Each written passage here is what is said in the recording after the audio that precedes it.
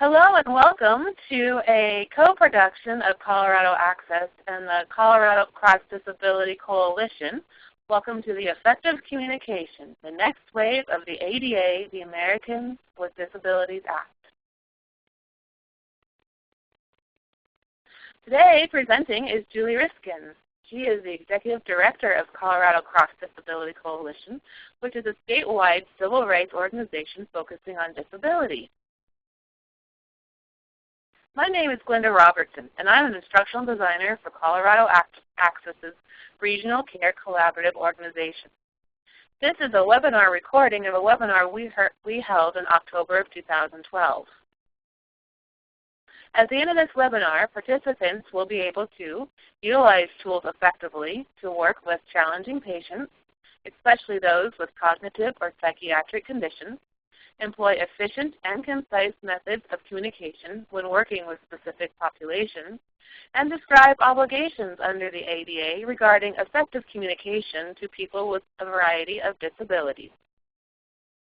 We're going to cover a variety of things in this webinar. First is, what is the effective communication in the context of the Americans with Disabilities Act? What disabilities cause barriers in effective communication? What are communication barriers and how do they play out in real life? And what modifications are reasonable?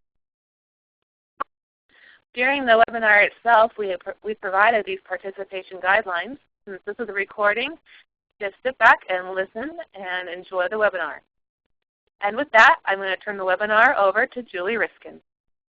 Hi, and thank you very much for listening today. Our first topic is what is effective communication in the context of the Americans with Disabilities Act. Effective communication is something that sounds kind of intuitive, something we all should know how to do, but it's actually a legal obligation that is part of the Americans with Disabilities Act. So to start with, we need to define what is a disability in terms of the ADA, and I'm going to use the term ADA for Americans with Disabilities Act.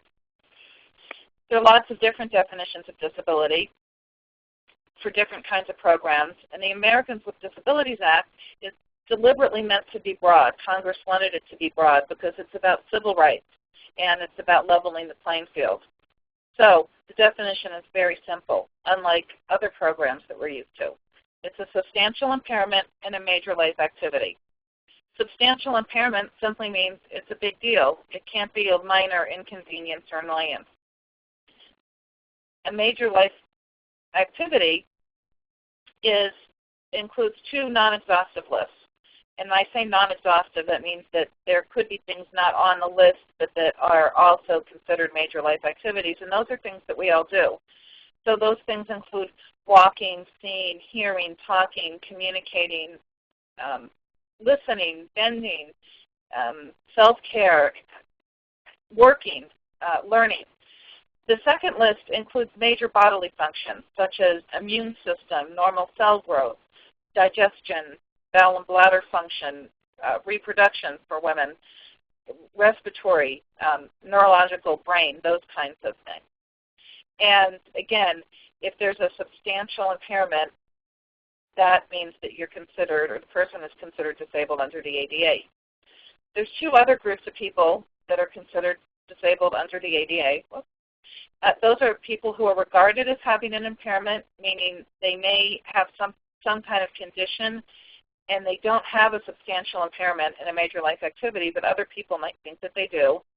An example of this would be someone with mild cerebral palsy who may walk a little slow, have a mild speech impairment, but really don't have a substantial impairment, as well as people with a history or record of impairment, which could be anything from a history of mental health where they do not have a major mental illness, or something like cancer where they had an impairment and they're now better. When Congress reauthorized this definition and clarified in 2008, they made it clear, again, that the ADA is supposed to be interpreted broadly in terms of defining disability as a reaction to some court cases that attempted to narrow the definition. They called this the ADAAA, which is a mouthful, and that's the Americans with Disabilities Act Amendments Act. And what they said here is that an episodic disability is still a disability. So people who have disabilities such as bipolar or multiple sclerosis that may come and go should always have the civil rights protections of the ADA, even when they're asymptomatic. They also clarified that mitigating factors do not take away disability status. For example, hearing aids, wheelchairs, or medication may allow someone to function, but that doesn't mean that the person is not disabled in terms of the ADA. They did clarify that merely using eyeglasses that do correct vision does not mean that someone is disabled under the law. Few things to remember about the definition of disability is that there's no list of diagnoses. For example, people might say, I have Crohn's disease or diabetes. Does that mean I have a disability? And the answer is always, I don't know. Is there a substantial impairment in a major life activity? There's also no percentages. Some systems, such as the Veterans Administration or Workers' Compensation, will sometimes give people a percentage of disability rating that affects how much money or care they get. That in the ADA, there's no percentages. It's also not based on what someone, such as a doctor, says. A doctor writing on a piece of paper that someone has a disability doesn't mean anything in terms of the court. A doctor would have to write that someone exactly what the person's impairment was and how that caused a substantial limitation. For example, Julie has multiple sclerosis, and therefore, and that affects her leg, and she has the inability to walk and relies on a wheelchair. Therefore, she has a substantial impairment in the major life activity of walking. It has to be that specific. And again, it does include a few people who don't necessarily have an impairment but have a history or record or are regarded as having an impairment. That brings us to our next topic, which is what types of disabilities cause barriers in effective communication. And again, the reason this is important is because anyone who is operating any kind of program, benefit, or service, anyone who contracts with the state government, or anyone who takes so much as a penny in federal money, including Medicare, has some responsibilities under the Americans with Disabilities Act to provide effective communication, which basically means making communication as effective for people with disabilities as it is for everyone else. So often people, when asked this question, will state the obvious, such as deafness, blindness, because communication is not just words, it's visual. And those are really what people think about, but the barriers in effective communication and the types of disabilities that can affect that are much broader.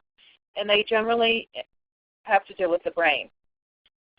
People with cognitive disabilities, such as learning disabilities, developmental or intellectual disabilities, or brain injury, often, almost always, have some sort of effective communication need.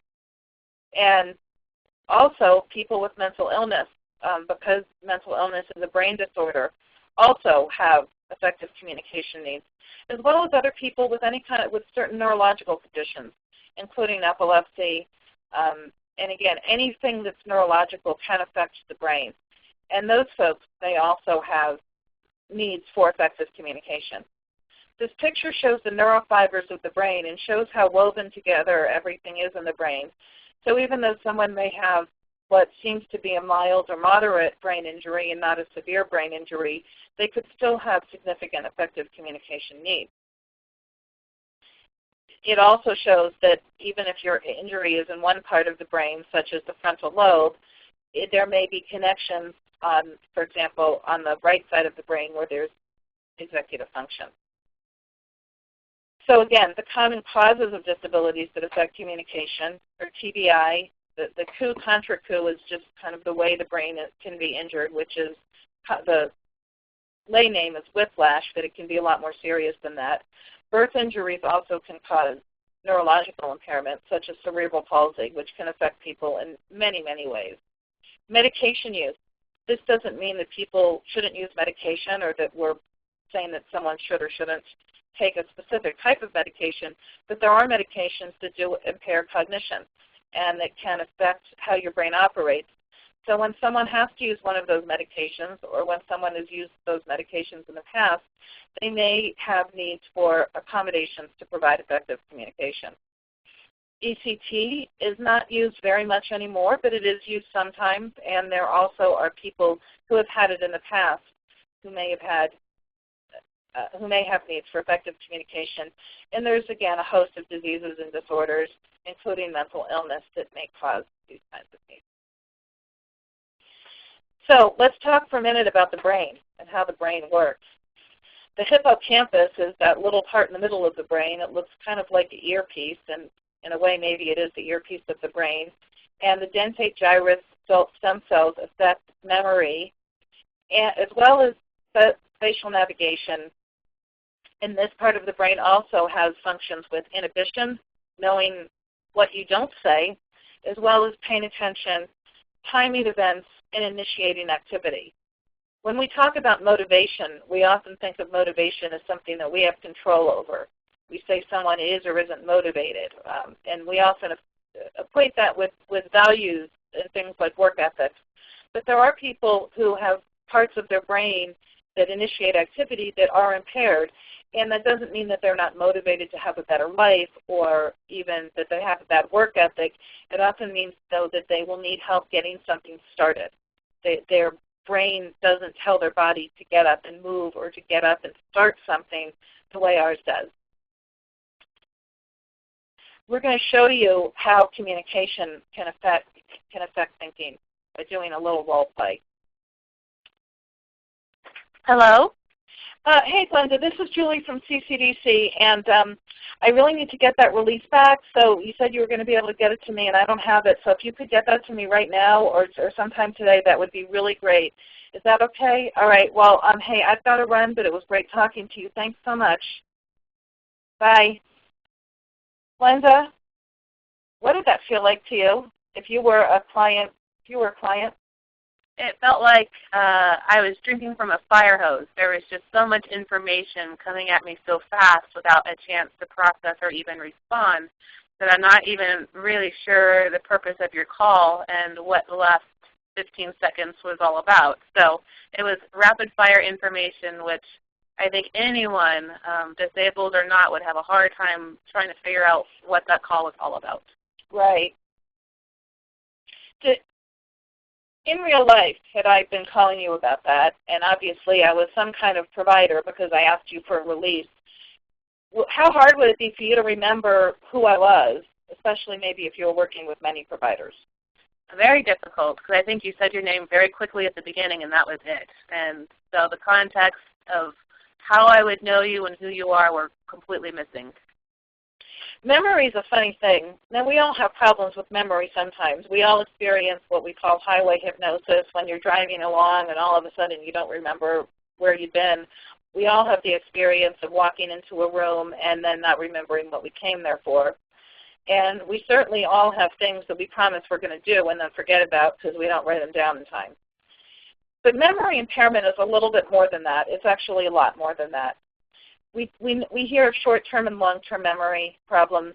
Obviously, a lot of folks with diseases like dementia have short-term memory deficits. They can't remember yesterday or even 2 hours ago, but they may have excellent long-term memory where they can recount every detail of their life 50 years ago. We've all known people like that and seen that. We've also seen sometimes people with long-term memory deficits. We've known several people who have diseases like schizophrenia where they don't remember their life before their psychotic break or before their onset of schizophrenia. And those kinds of memory impairments, people tend to understand. Short-term memory is a little harder for people to understand when it's very, very severe. For example, we had a client who was given one of those medication alarm things where there'd be an alarm that would tell him to take his medication. And that didn't work because when the alarm went off, he couldn't remember why the alarm went off. And that's a severe case, but that's an example of short-term memory deficit. Working memory, though, is what is often impaired in people with brain injuries as well as people with mental illnesses and learning disabilities.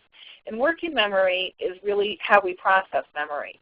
And so depending on your age will depend on if you can think of this as a filing cabinet or as a computer filing system. But with our working memory, we take information and we store it in a way that makes sense to us. So for example, we probably all had the experience of running into someone we know from work in a totally different situation, like maybe at the store on a Saturday morning. And so someone runs into you and they say hello, and you're just trying, you know the person, and you're just trying to place them. So hoping that you're not in your pajamas at that time, you will then finally maybe be able to place that person after a few seconds. And the reason why you don't instantly place the person the way you would if you saw that person at a meeting is because your memory has stored that face and that name in the file for people you know from work. And when you see the person in a different context, it takes a minute to find it. And if you can just kind of picture, sorting through your files, saying, where is this, that's really what your brain is doing. And in today's world, there's so much information that's always coming in that we really have to, it's more important than ever to be able to sort that and organize it. So just like when we don't do a good job of putting our files away and don't do a good job of, and again, whether that's on our desk or on our computers, when we don't do a good job of filing stuff and sorting stuff, when we don't put our emails in their little folders, it's harder to find stuff. The same thing is true with the brain. When the part of the brain that does that sorting is not working well, or even worse, is scrambling stuff, it makes it really hard to then access information. And that person may not test on a memory, at least on a mild memory test, so that person may do just fine on a mini mental status exam, but they're going to have a hard time functioning in the world. And it's going to be their brain is going to be just like a desk or a file system when there's been no filing done in a really long time, and then it takes them a really long time to process information because they have to dig through everything to find that information. The right brain is also something that's very important in terms of functioning in the world. That's what we call executive function. And it involves sequencing, prioritizing, categorizing, organizing, and solving problems. And we need to think of this in a micro way. For example, when we think about problem solving, we're not talking about solving the problem of world peace. We're talking about solving little problems that we all do without thinking as we go through the day. So for example, if you take the bus and you miss one bus and you're running late, you need to do a few things. You need to see, is there another bus I can take? Do I need to call someone and tell them I'm running a few minutes late? Do you need to maybe, you need to do something about that if someone else is relying on you to be there. That's solving a problem, and what I just talked about is maybe 2 or 3 quick problems that you solve. We solve problems 1,000 times during the day. Organizing is another thing that we do kind of naturally. The filing, figuring out, when you get an email, what file does it go into? When you finish a project, where do you put the paper? If there is paper, where do you put the file? When you come into the office in the morning, what do you do first? That's organizing. Categorizing is, again, really figuring out what categories things go in. What do you do when? A good example of categorizing something at a doctor's office would be, who do you talk to about the copay? Is it the person at the front desk or is it the doctor? Prioritizing, again, is not about the big priorities of life, such as work versus family or balance, that kind of stuff. It's about what's more important at the time. Again, we'll take the example of the doctor's office, and someone with these kind of problems may go in because they're experiencing serious medication side effects. But if they get distracted with anything and they don't have effective communication set up, they could go through a whole appointment and never mention that and get very stuck on a stubbed toe or something that really is not a big deal. And it's not because they don't care about the medication. It's because their brain doesn't prioritize. And then sequencing is the order in which we do things. People with sequencing difficulties often have problems getting themselves out of the house in the morning. And the reason for that is that it takes to sequence, if you think about everything you did this morning, from the time you opened your eyes till the time you left the door, there was a lot of sequencing involved. Even the example of, getting showered and dressed, you have to figure out sequencing, and these are all things that if your brain is not injured, you do naturally. For example, getting your clothes together before you get in the shower. making sure that you have a towel ready when you get out of the shower, and you do that before you start. Those are all. Making coffee involves sequencing. You obviously don't turn it on until you have the coffee in the machine. Those all involve sequencing, and when that part of the brain is injured, those things become really insurmountable efforts, insurmountable problems. And these are things that we do 1,000 times a day, some more than others, but everyone has to do these things, these tasks. We're going to try that phone call again. Hello? Hey, Glenda. This is Julie Reiskin from the Colorado Cross Disability Coalition. You were in here last Thursday to talk about me helping you get a wheelchair approved for Medicaid. Do you remember that? I do. Hi, Julie. How are you? I'm great. Thanks for asking. How are you doing? I'm good today. Thank you. Hey, do you have a couple minutes to talk about something? Sure, yeah. Okay, great. When you were here, we went over, I know I gave you a ton of information, and I know it's kind of confusing because the process is confusing. But so we talked about a lot of things, and I remember you filled out a lot of papers, but there was one paper that was a release of information, and it had a lot of kind of legalistic language on it, and you did something really great. You said that you didn't want to sign it until you had a chance to really read it, and that you wanted to take it home. So first, I want to congratulate you because that's really good self-advocacy to make sure that you know what it is and make sure you're comfortable signing it. So that was great that you did that. So I was wondering, and I didn't get it, and you were going to send it back like the next day, but sometimes we have a problem on our end. So if you sent it back and I didn't get it, I want to really apologize. Okay, but what I need right now is I need to find a way to get it, so I want to know if you had a chance to read it and if you're comfortable signing it. Well, I remember reading it, and I thought I signed it and put it in an envelope, but I remember putting a stamp on it too. But would you look at this? There it is. It's right here ready to go, and I just completely forgot to put it actually in the mail. I'm so sorry. It's okay. I do that myself sometimes, so it's no problem at all. So you're comfortable with the release then? I am, yes. Okay. Well, that would be great. Do you, is your mailbox right at your door, or do you have to go somewhere to get it mailed? Well, my sister's coming in to visit me today, so I'll tell you what, I'll have her drop it in the mailbox when she leaves, so that way you get it soon, and I don't forget it again. Okay.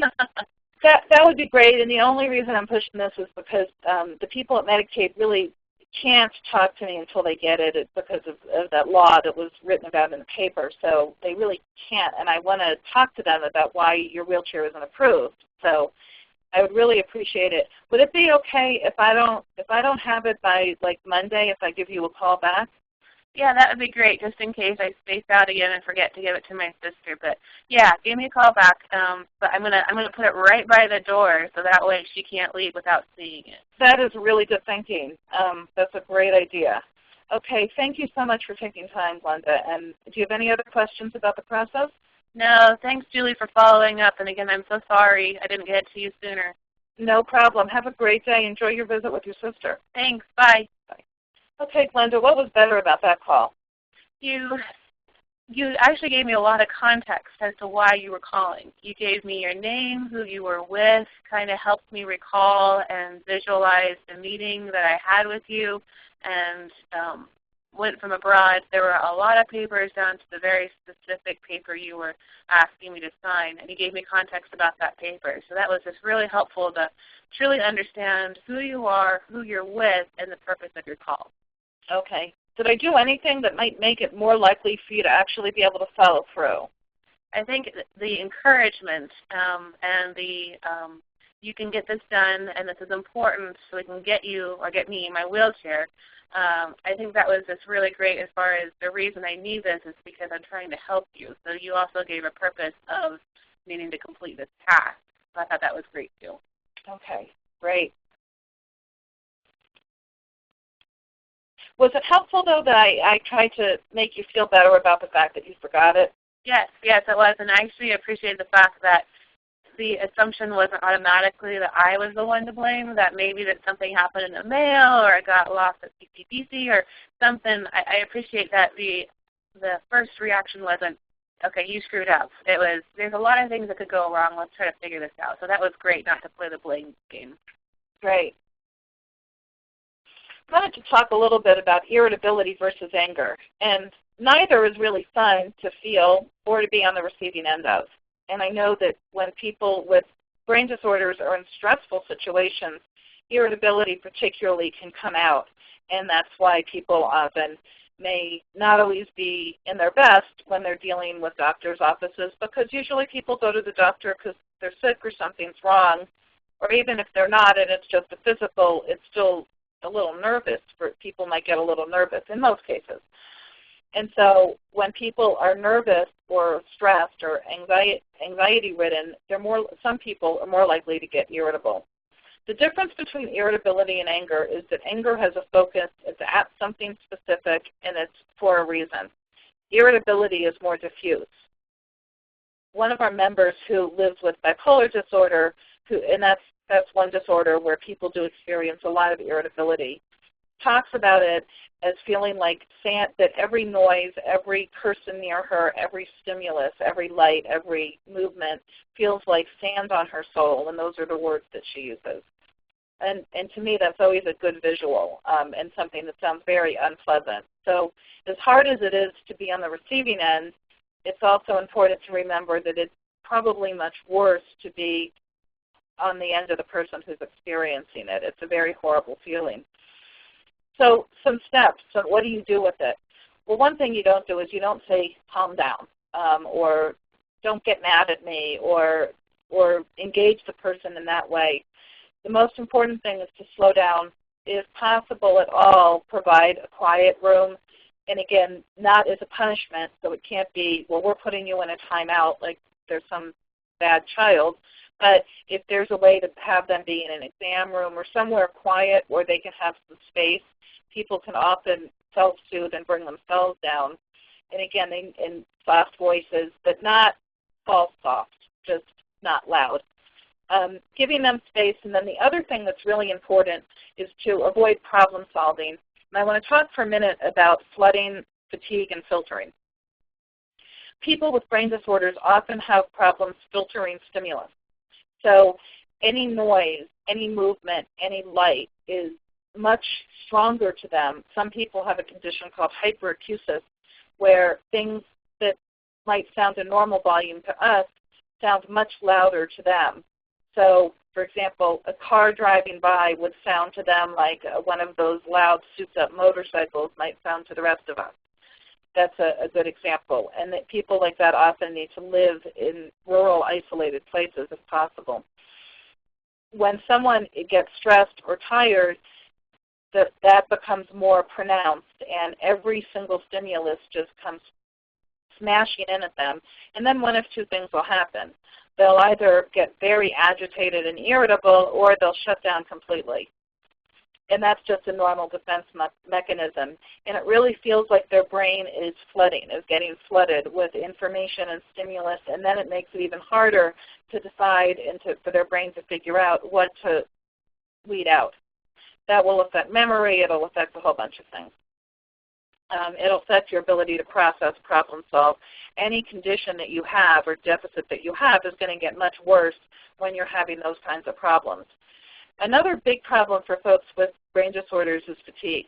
Because there are parts of their brain that aren't working, the other parts have to work twice as hard.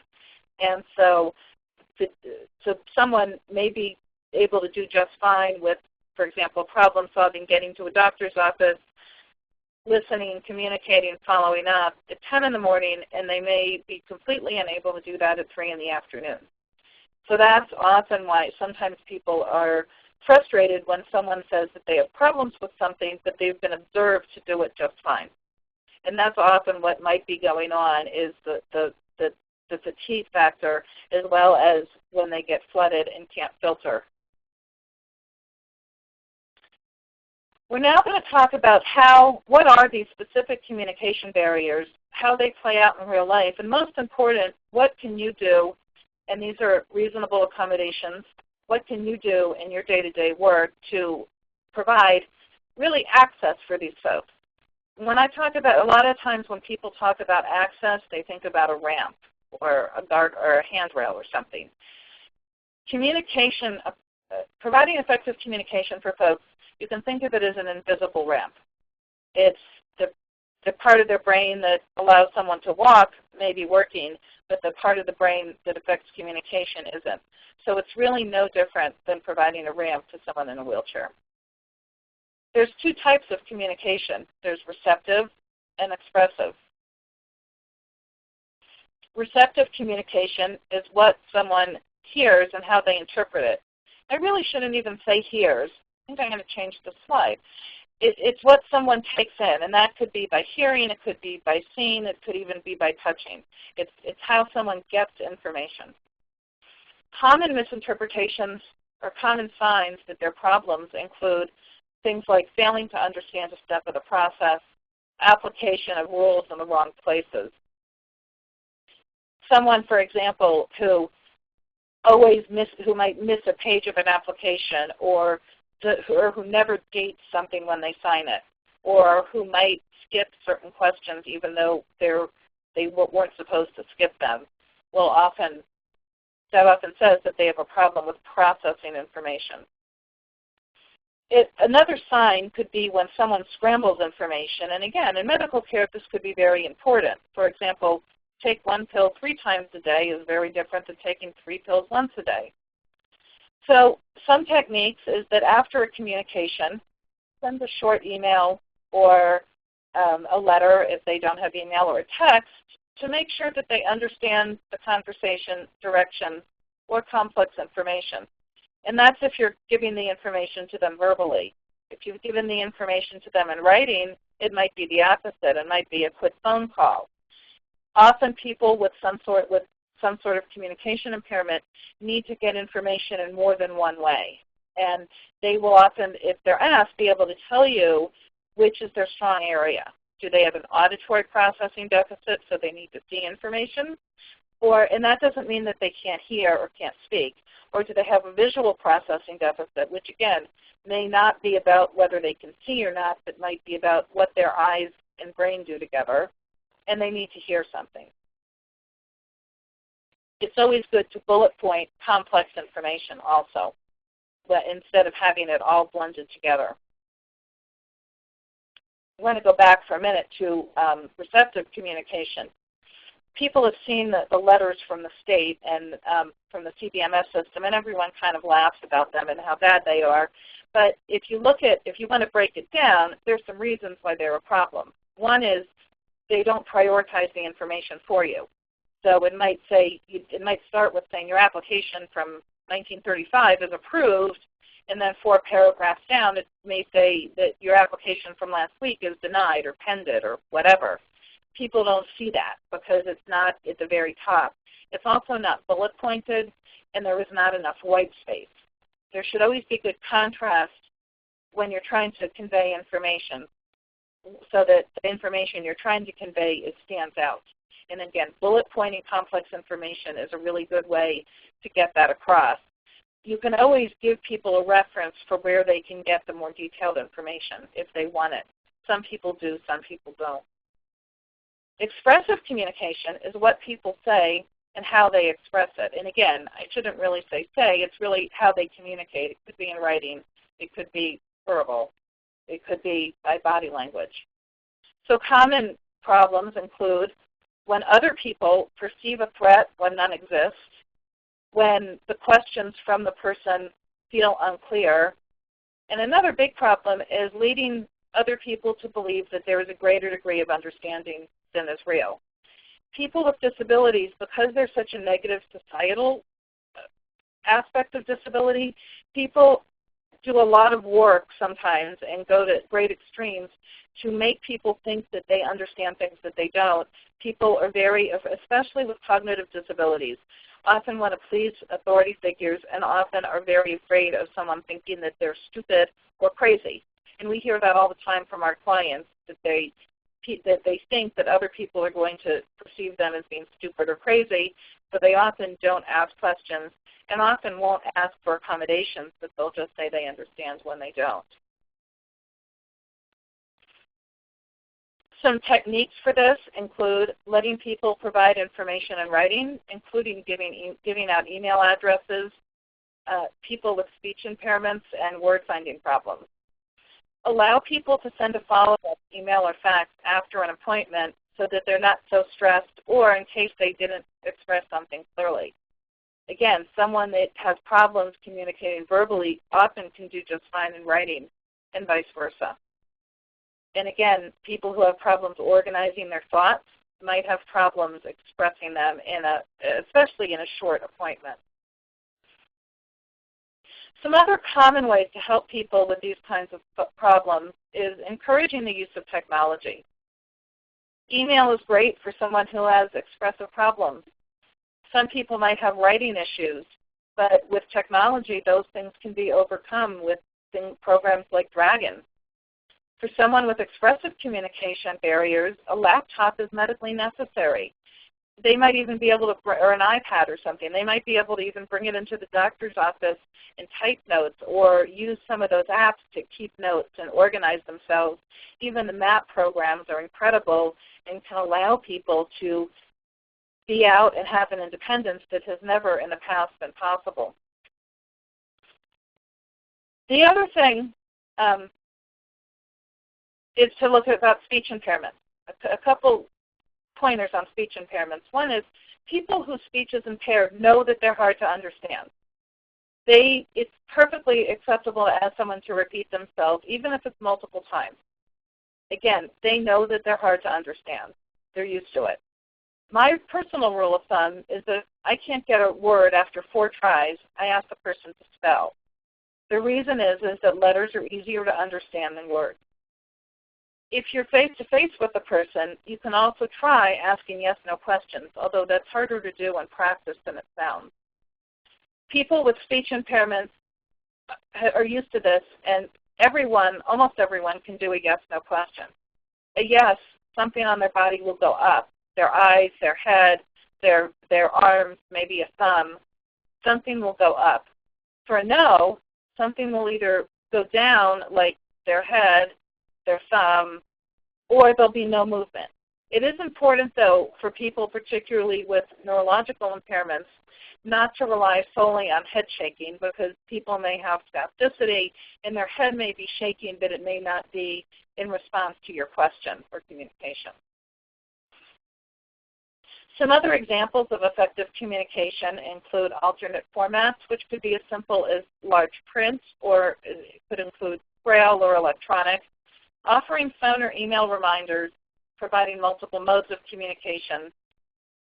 Not only allow, but encourage people to bring an advocate, family member, or friend to help them, because often another person is going to be the effective communication.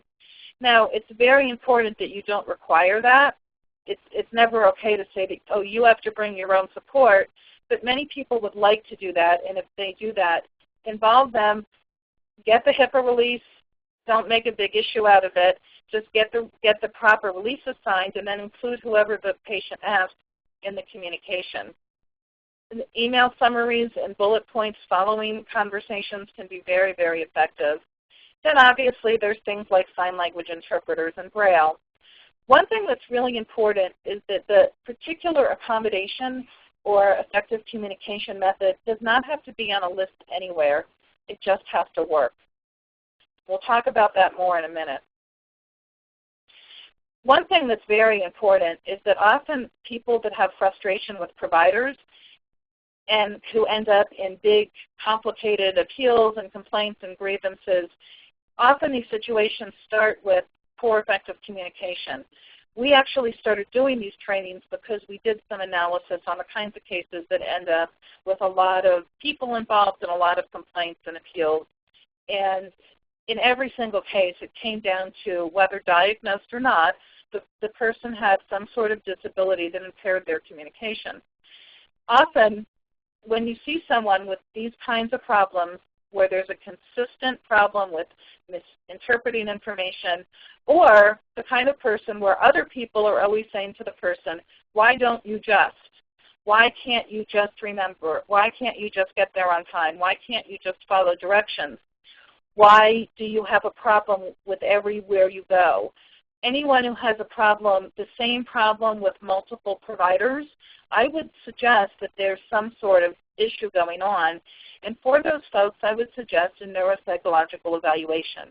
And the reason for this is that there might be an undiagnosed condition, such as an old brain injury, or even brain damage, for example, someone with seizure disorders or who's been on a lot of medication. And what a neuropsych can do is it can help you pin down where the problem is.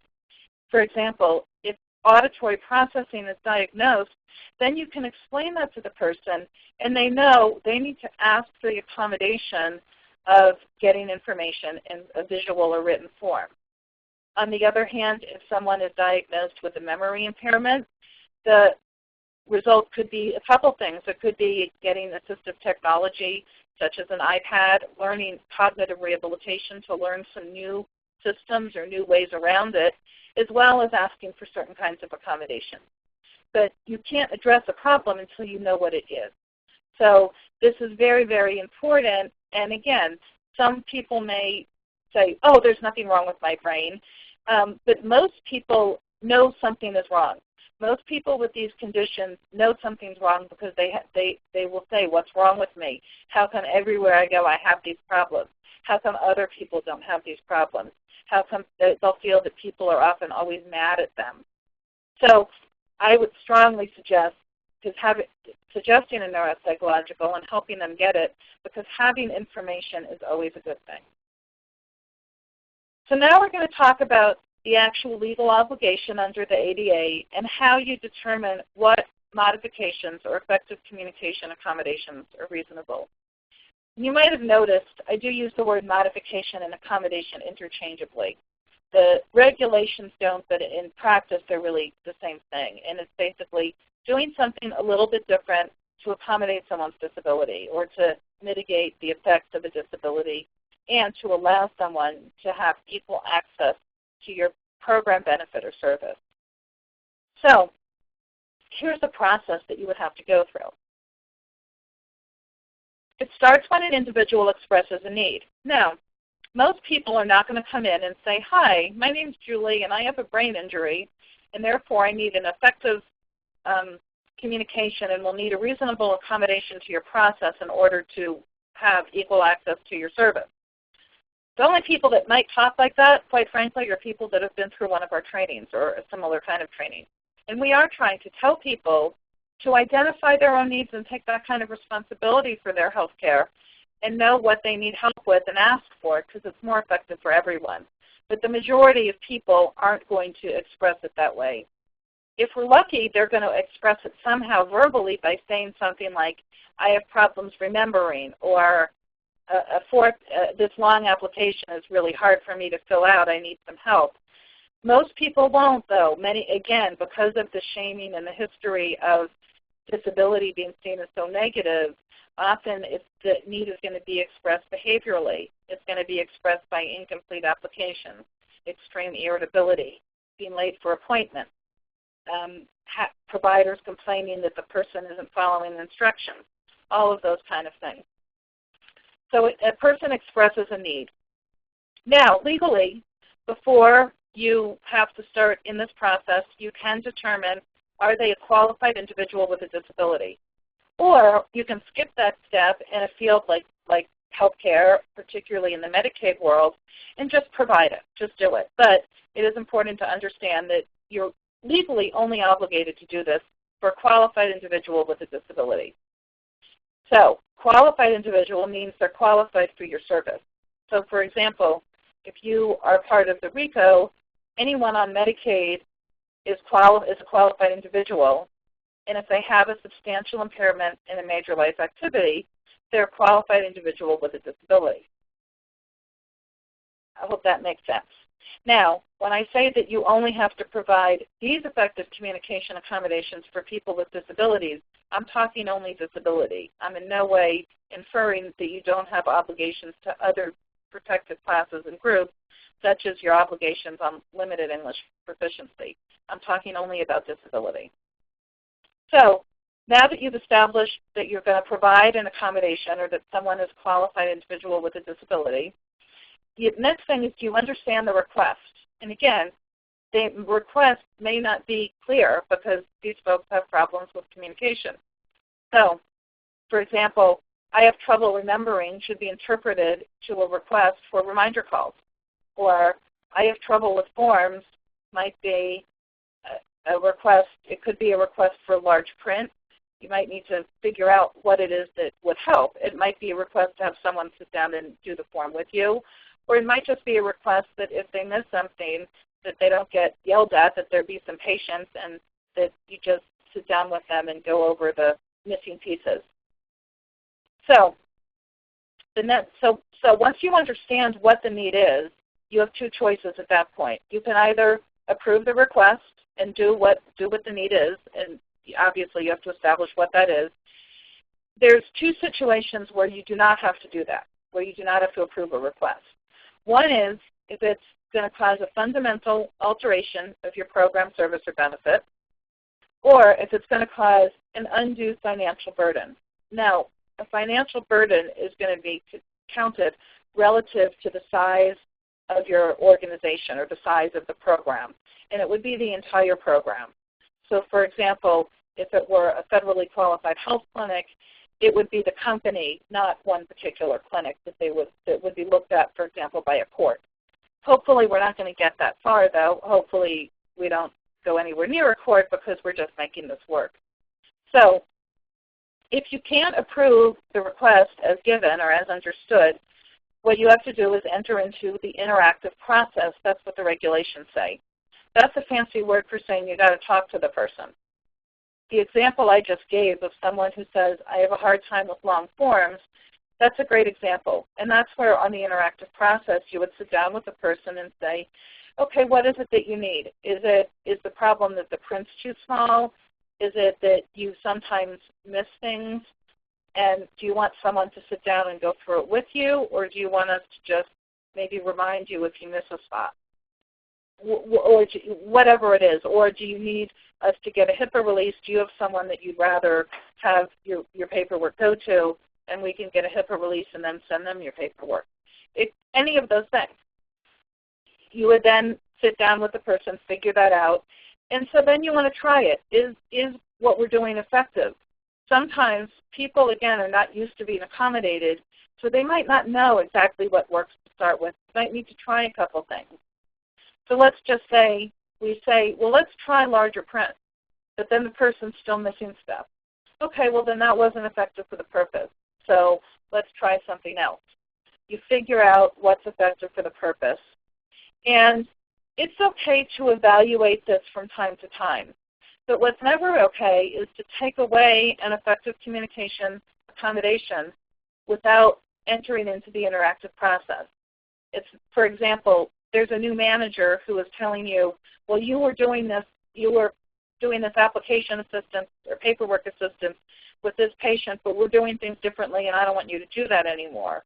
Well, under the law, you would need to, again, if there has to be a change, enter into the interactive process, but you really could only take that away if it was causing a fundamental alteration to the program, benefit, or service. And that means that it's so different from what you intended that it's almost not even recognizable anymore. So a good example of that might be if someone was having, if it was a very busy clinic, or you were doing flu shots and that was 5 minutes at a time, and someone came in with a disability determination application, which is several hours to fill out. Doing that in the middle of a flu shot clinic would obviously be a fundamental alteration of the program, benefit, or service. It is okay to ask, though, from time to time, is this still working? Is there anything we need to change? When you're working on an effective communication accommodation, some factors to consider. How much work and time will go into not providing the requested accommodation? Consider justification, potential litigation, and most important, in a medical practice, the consequence of not being able to communicate. If you have a reasonable alternative to what the person requested, just talk to the person. Most people are so happy that someone's listening to them and willing to accommodate them that they'll be happy to work with you, and they don't know how your system works, so just talk to them. And again, if you believe that someone is not able to communicate effectively but has not asked for an accommodation, it's perfectly acceptable and quite wonderful to offer an accommodation. The only thing to remember is that you may not require that someone use an accommodation.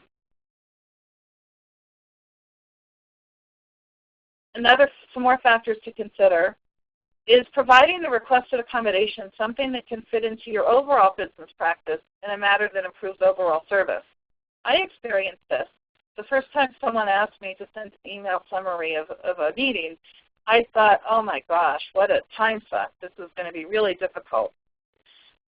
After I got over myself, I did it a couple times, and what I realized is that when I do that, I do a better job at the meeting.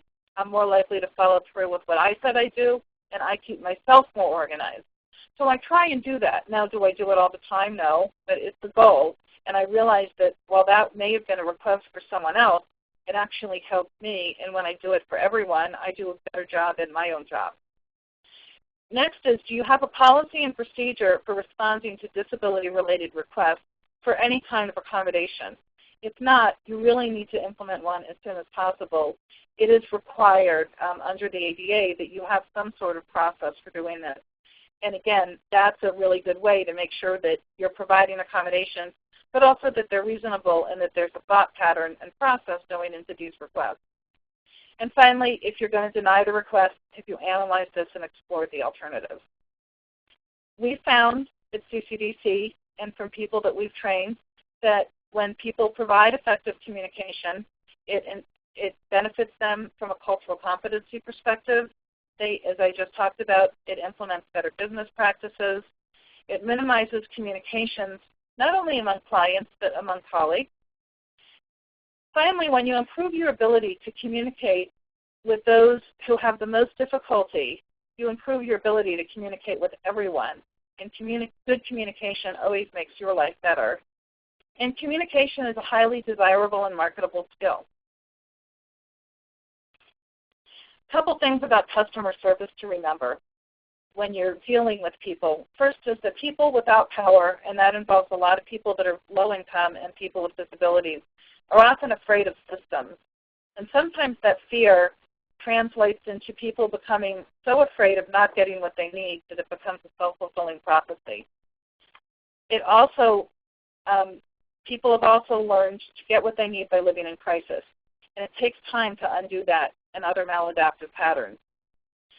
We always tell professionals, don't believe everything you read, because sometimes a chart labels people as a problem, and when we think someone's a problem, we react differently. Again, we've almost always seen quote-unquote problem patients as people that have effective communication needs that weren't met. Also remember that time flies for those of us who are busy, and someone might just need one little thing from you in order to function.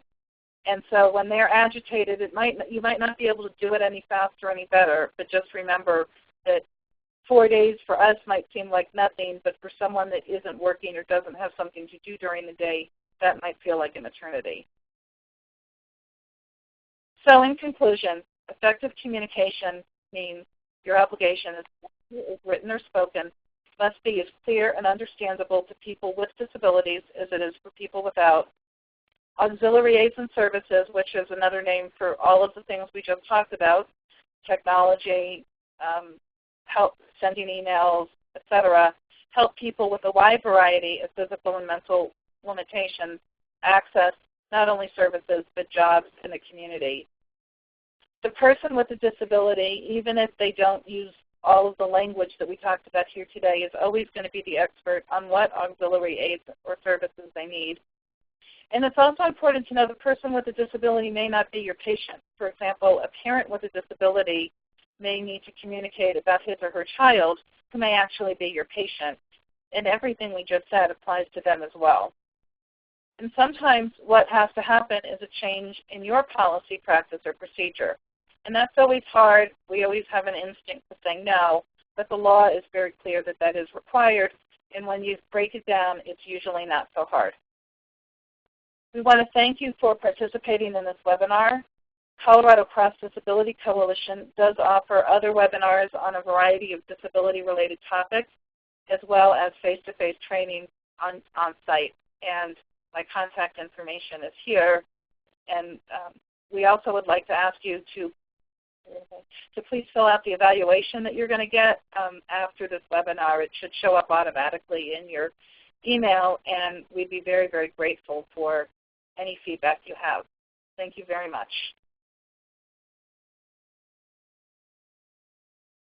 Thank you. Please stand by.